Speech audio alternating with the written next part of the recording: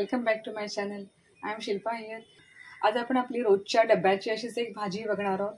बरेच जणांना स्प्राउट्स खाल्ल्याने गॅस होतो, ॲसिडिटी होते किंवा ज्यांना पाईल्सचा त्रास आहे वगैरे असे लोक स्प्राउटेड भाज्या खाऊ शकत नाही.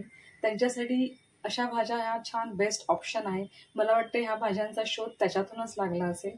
स्प्राउटमध्ये आपण कोणतीही फळभाजी ॲड केली तर ती भाजी खूप हेल्दी, चवीला पण खूप उत्कृष्ट लागते.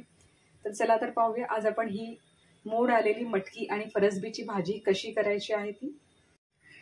सकाळच्या टिफिनसाठी आपण ही भाजी बनवत आहोत. अतिशय पौष्टिक भाजी आहे. याच्यामध्ये मी मोड आलेली मटकी घेतलेली आहे आणि हे फरसबी आपण बारीक चिरून घेतलेली आहे. हे कॉम्बिनेशन खूप छान लागतं भाजीला.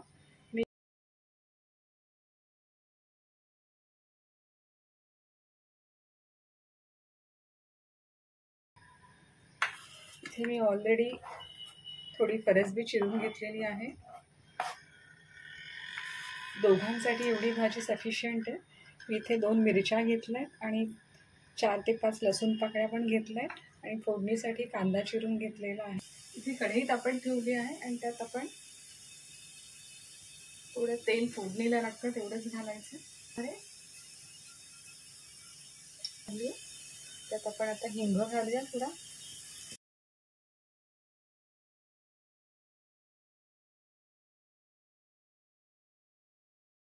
सेंटरमध्ये मी लसूण घालणार आहे. मगाशी मी विसरले घालायला. आधी घातला तर जास्त चांगली, तो चांगला लालसर होतो.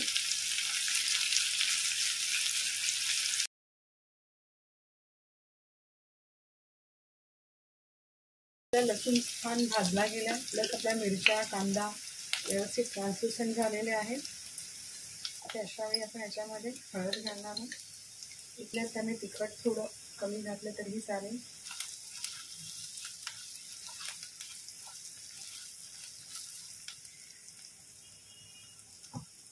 तुमच्या मटकीला आपण मोड आणून घेतले होते ते घालायचे.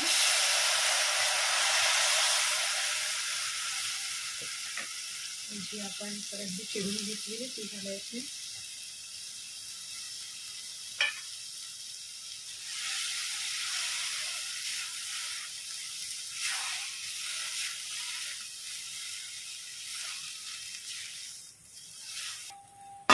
झाकण ठेवून द्यायचं.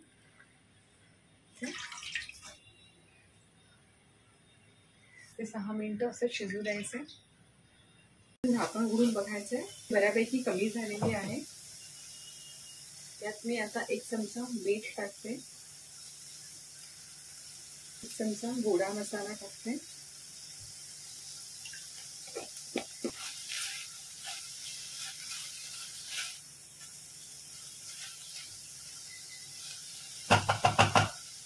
यावर पुन्हा आपण झाकण ठेवायचंय. तिला झाकण ठेवून आपण वाफेवर पुन्हा 7 ते 8 मिनिटं मीडियम फ्लेमवर शिजू द्यायचंय. भाजी जी आहे ती शिजली आहे. इवन आपली मटकी पण आहे, व्यवस्थित शिजली आहे. आपण टेस्ट करून बघू शकता किंवा असं हाताने दाबूनही आपण बघू शकतो मटकी शिजली. मला हवा असल्यास मी यात गुळही घालू शकता. मी घालत नाही. भरून खोबरं घालायचं, फ्रेश खवलेलं असं. भाजी खाण्यासाठी तयार आहे. स्टोव बंद करते मी. कडधान्य आणि फळभाजी ह्याचं मिश्रण असलेली ही भाजी हे बेस्ट कॉम्बिनेशन आहे. नुसती फरसबीची भाजी आपली मुलं खायला मागत नाहीत, तेव्हा हे कॉम्बिनेशन नक्की ट्राय करा. डब्यासाठी पण ही भाजी पटकन तयार होणारी आहे आणि अगदी थंडगार खाल्ली तरी चवीला चांगलीच लागणारी आहे. तर या अशा सुटसुटीत रेसिपी पाहण्यासाठी पाहत राहा खवय्येज कट्टा. धन्यवाद.